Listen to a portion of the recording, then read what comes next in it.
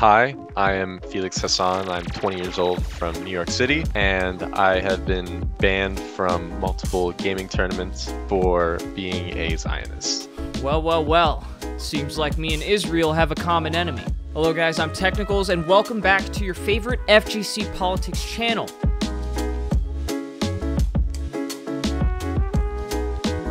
If you guys don't know what a Zionist is or what Zionism is, because you just play fucking video games. Zionism is defined by Merriam-Webster as an international movement originally for the establishment of a Jewish national or religious community in Palestine, and later for the support of modern Israel. So it's basically like a Israel nationalist. The lawsuit by the National Jewish Advocacy Group was actually filed on December 16th of last year, so just 2 months ago. There's multiple organizations named in here, along with specific tournament organizers and unknown or unnamed defendants. There's Luminosity, EMG, Aerodusk, Waypoint Cafe, House of 3000. You get the idea. Mostly organizations in New York, where this has been centralized because he's a Jewish player from New York. How did we get to the point where a community based around playing a Nintendo party game is getting sued by Jewish lawyers for violating civil rights acts? It's beautiful. Truly, the golden goose of this channel never stops providing. I'm going to try to keep this as neutral as possible. I'm not going to pretend like I'm well-versed on all the worldly politics and conflicts that go on, but I do have a general idea of what events are, and I just find this insanely funny. You could really sue people for anything, but this is one of the biggest ones we've seen in recent history, and the outcome of this could be cataclysmic. But how did this happen? Why did he get banned? Obviously, they cite Zionism, but specifically, let's go through the story beats and see what's up here. A lot of this stuff is referenced in the lawsuit, and a summons has been provided to Luminosity Gaming, so they're actually involved in litigation currently, I'd imagine, for this civil rights lawsuit. But the original thread that started it all came from Bravo_IRL. He says, "Why is this racist Zionist weasel allowed at your event? Max Ketchum, CAC 3000, Aerodusk." Those are 3 smash TOs. The first one from Teapot, he says, "In the West Bank, bumpin' Cardi, I gotta introduce these settlements to Off the Grid. Here is Donda, Habibi." It's like an image of Prometheus. Terrible. Awful. Awful choice of music. I would have gone with Haitian J the Rapper. Haitian J the motherfucking rapper, nigga. Personally. The second one, he's reacting to a graph showing the most used characters by region. He says, "Palestine, so free." Then Blast says, "Of course the most used character involves an arrow." Then Teapot says, "Would have been mad funny if the most popular character was Snake or any other character that pulls bombs." Probably not in the best taste, but let's see if it gets worse. On this tweet, there's kind of a lack of context, but he just says based IDF. In the lawsuit, they say that he was responding to the IDF posting a popular meme trend that had to do with Mr. Man and Little Miss children's book series. I couldn't really find that. Maybe it does exist. I don't know. There was a couple other things being posted about, but that's what the lawsuit says.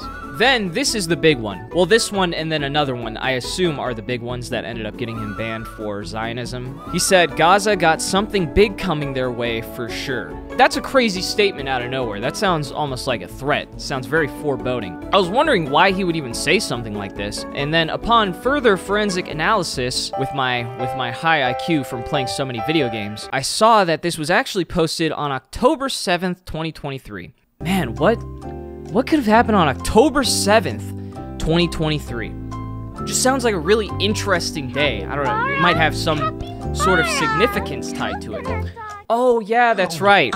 Around 1,200 civilians were murdered in Israel. So when Teapot says Gaza got something big coming their way for sure, and the tweet he's responding to is cut off, I'm assuming he's anticipating some kind of military response to a terrorist attack? Yeah, that would be my guess.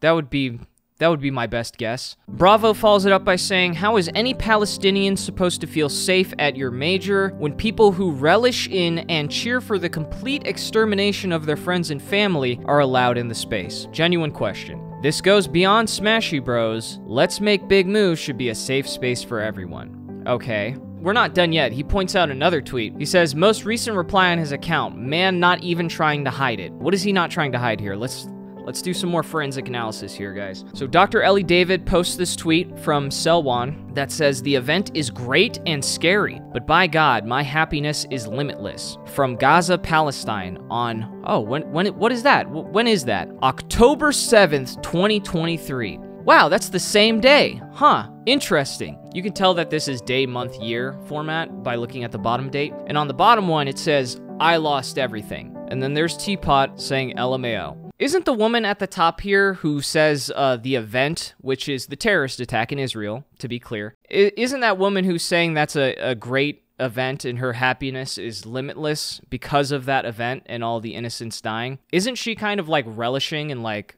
celebrating the death of civilians? I thought we just established that that was a bad thing.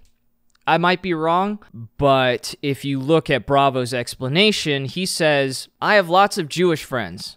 Ah, classic. I've heard that before. It's specifically Zionists and colonizers laughing at the deaths of civilians in Palestine that I can't stand. Hope this helps. It's specifically Zionists and colonizers laughing at the deaths of civilians in Palestine that I can't stand. I don't think he was laughing at the death of civilians in Palestine. I think he was just laughing at the irony of that post, if we're being honest. Like, the most good faith interpretation of that would be laughing at the irony of that situation. Aerodusk, who is an event planner for EVO, even responded to this, and he said, have been running events all day, just got to this, and he has been removed. Already, the same day he got removed. People calling him a racist, a Zionist, saying that he's cherishing in the death of Palestinians. That seems to be the general consensus. Again, I'm not here to tell you who's right or wrong on a geopolitical level. That's not my expertise, not what I'm here to do. Based off of the entirety of this thread and what I'm to understand that Bravo and the Smash community at large cares about, there's no way that this guy who called out Teapot actively endorses terrorism and the death of civilians and is still attending events. There's no way. That wouldn't happen. Not in my community. You are still operating under the belief that 10/7 was a terrorist attack, a statement that only works if the lies of the Israeli and US governments are taken at face value. I don't know, man. Just talking about the one specific event, I would say if over 1,000 civilians died, some were raped and hostages were definitely taken. I'm thinking I'm considering that a terrorist attack. Maybe we'll get some further clarity in his follow-up tweet to that I'm clearly missing here. By the way, before we read that follow-up, this was in a thread where he was arguing with a guy named Elijah, who said, supporting Hamas at all is anti-Semitic. I simply do not know what to tell you, man. And Bravo responds, I'm not even coming out and issuing the statement of I support Hamas because it's a childish way of viewing resistance. That's what he said a day after this next tweet. Hate to make it soy by shifting to franchise discourse, but literally how the fuck are you a One Piece fan LMFAO? The Straw Hats are labeled terrorist after Eni's lobby and propagandized against, and that's only the tip of it, especially compared to what's happening now in Egghead. Oh, do I have to read the manga to understand, Hamas's motivations? Maybe once One Piece is off hiatus and they finish Egghead, then I could understand the Israel-Palestine conflict a little bit better. There's dudes out there who will whoop and cheer when Luffy orders Sogeking to shoot down the world government flag in Eni's lobby, then turn around and condemn Hamas. So, yeah, these stats check out. What is this in response to? The US literacy stats. Dudes will cheer on the Straw Hats when they storm Eni's lobby, then turn around and condemn Hamas. It's crazy.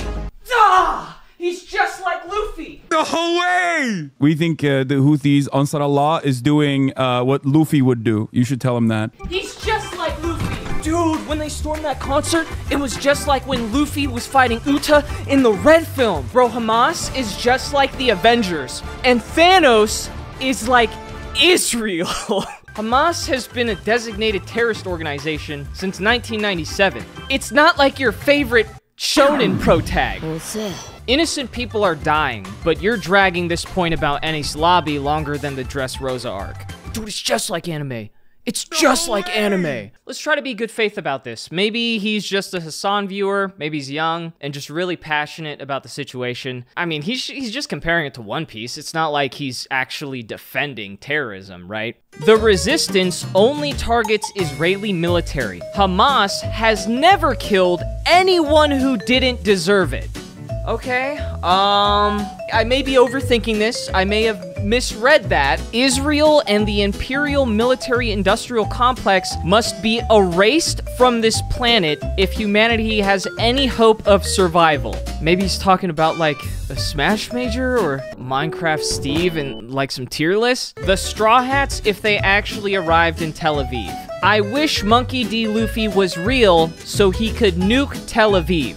God willing, Tel Aviv will be reduced to ash within our lifetime. How the fuck did you guys miss this? All I had to do was key search Israel on this guy's account to end up in a Hassan music video. They do musicals. They're very musical people. Are you being serious?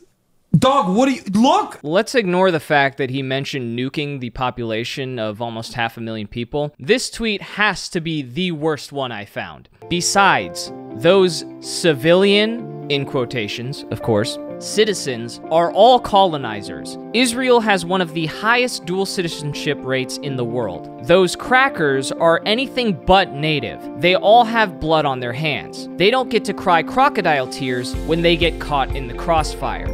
Inshallah. My brother in Christ, this is haram. This is the guy who called Teapot a racist weasel for being a Zionist, but every time I see him arguing with a Jewish person, he's called them a cracker, compared them to reptilians. He's actually compared a few people to reptiles, called this guy a malformed reptile, called combat anti-Semitism and Teapot self-victimizing reptiles, and called Jamie Lee Curtis a Zionist reptile. As we all know, a famously non-racist activity is comparing people that belong to a specific ethnic group to animals, also known as dehumanizing. It doesn't appear like you're taking the side of prioritizing safety at events and cherishing life and liberty for everyone when you generalize an entire country of people, want to nuke their biggest port city, and don't care if they accidentally get shot. That might be a controversial interpretation of what you're saying here, but that's the vibes you're giving off. This isn't really giving off wholesome Chungus vibes, if I'm going to be honest with you. So we saw what got the Jewish player Teapot banned, and I just showed you what Bravo was posting. I think if you compare the two, and you're being fair with what's actually being said and what's being conveyed through word and not inference, one is a lot more radical than the other.